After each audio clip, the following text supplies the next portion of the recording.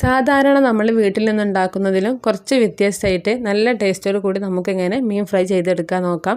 ഏത് മീൻ വേണമെങ്കിലും ഈ രീതിയിൽ ചെയ്തെടുക്കാൻ പറ്റും. അപ്പോൾ നമുക്കിതെങ്ങനെ ഉണ്ടാക്കാൻ നോക്കാം. അതിനായിട്ട് മിക്സിയുടെ ചെറിയ ജാർ എടുത്തിട്ടുണ്ട്. ഈ ജാറിലേക്ക് 5 ചെറിയ ഉള്ളി കട്ട് ചെയ്തെടുത്തതാണ് അതിലേക്ക് ഇട്ടുകൊടുക്കാം. ഇതിലേക്ക് ഒരു 6-7 വെളുത്തുള്ളിയും കൂടി ഇട്ടുകൊടുക്കാം. ചെറിയൊരു കഷ്ണം ഇഞ്ചിയും കൂടി കട്ട് ചെയ്തിട്ട് ഇട്ടുകൊടുക്കാം. കുറച്ച് കറിവേപ്പില കൂടി.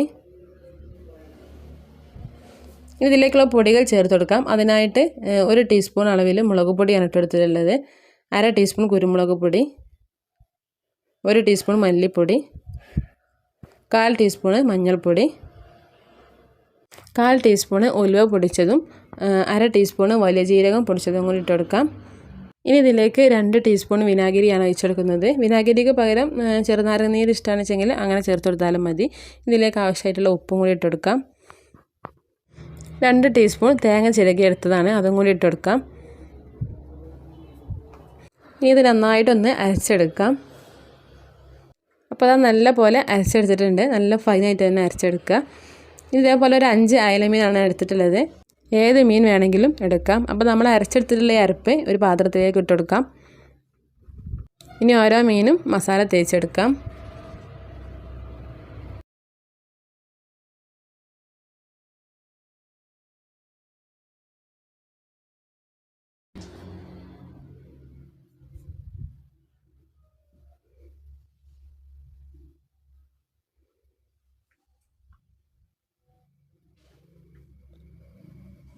അങ്ങനെ മുഴുവനും മസാല തേച്ചെടുത്തിട്ടുണ്ട്. അപ്പോൾ നമ്മൾ അരച്ചെടുത്തിട്ടുള്ള അരപ്പ് കുറച്ചും കൂടി ബാക്കിയുണ്ട്. ഈ ബാക്കിയുള്ള അരപ്പ് കൊണ്ട് മീനിൻ്റെ കൂടെ കഴിക്കാൻ നല്ലൊരു മസാല തയ്യാറാക്കിയെടുക്കാം. ആദ്യം നമുക്ക് മീനൊന്ന് ഫ്രൈ ചെയ്തെടുക്കാം.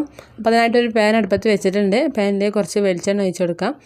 ഇനി ഇതിലേക്ക് 2 തണ്ട് കറിവേപ്പിലയും കൂടി ഇട്ടുകൊടുക്കുന്നുണ്ട്. ഇനി നമ്മൾ കുഴച്ച് വെച്ചിട്ടുള്ള മീൻ മുഴുവനായിട്ട് ഇതിന് മുകളിലായിട്ട് വെച്ചെടുക്കാം.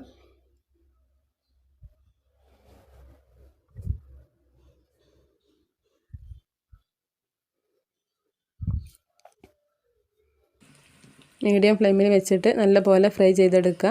അടിഭാഗം നല്ല രീതിയിൽ മുരിഞ്ഞു വന്നാൽ നമുക്ക് മറിച്ചിട്ട് കൊടുക്കാം. ഇനി മറിച്ചിട്ട് കൊടുക്കാം.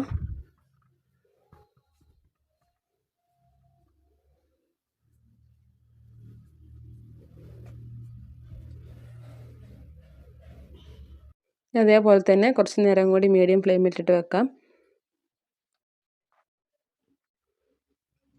എണ്ണയൊക്കെ എല്ലാ ഭാഗത്തേക്കും ആക്കി കൊടുക്കുക. അപ്പോൾ മീൻ 2 ഭാഗവും ഫ്രൈ ആയി കിട്ടിയിട്ടുണ്ട്. ഇനി വേറൊരു പാത്രത്തിലേക്ക് മാറ്റാം.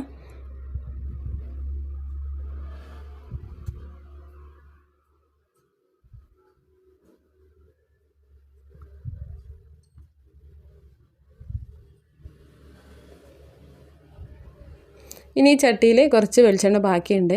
ഈ ബാക്കിയുള്ള എണ്ണയിലേക്ക് ഒരു സവാള കട്ട് ചെയ്തെടുത്തതാണ് അതിലേക്ക് ഇട്ട് കൊടുക്കാം. സവാള ചെറുതായിട്ടൊന്ന് വഴറ്റിയെടുക്കുക. സവാള ചെറുതായിട്ട് വഴന്ന് കിട്ടിയിട്ടുണ്ട്. ഇനി ബാക്കി വന്നിട്ടുള്ള അരപ്പ് ഇതിലേക്ക് ഇട്ടെടുക്കാം. ഇനി ഇതിലെ പച്ചമണമൊക്കെ ഒന്ന് മാറി കിട്ടോളം ഒന്ന് മൂപ്പിച്ചെടുക്കാം.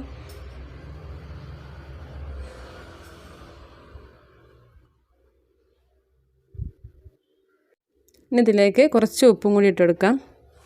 നമ്മൾ ഈ അരപ്പിലേക്ക് കുറച്ച് വിനാഗിരി ഒഴിച്ചതാണ്. പുളി കുറവുണ്ട് വെച്ചെങ്കിൽ കുറച്ച് വിനാഗിരിയും കൂടി ഒഴിച്ചു കൊടുക്കാം.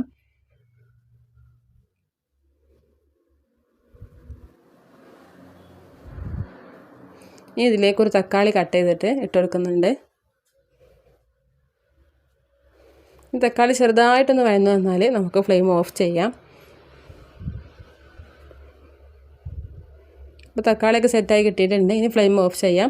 അപ്പോൾ അതാണ് ഇതിൻ്റെ കൂടെ കഴിക്കാനുള്ള മസാല. നല്ല ടേസ്റ്റാണ് അത് കഴിക്കാനായിട്ട്.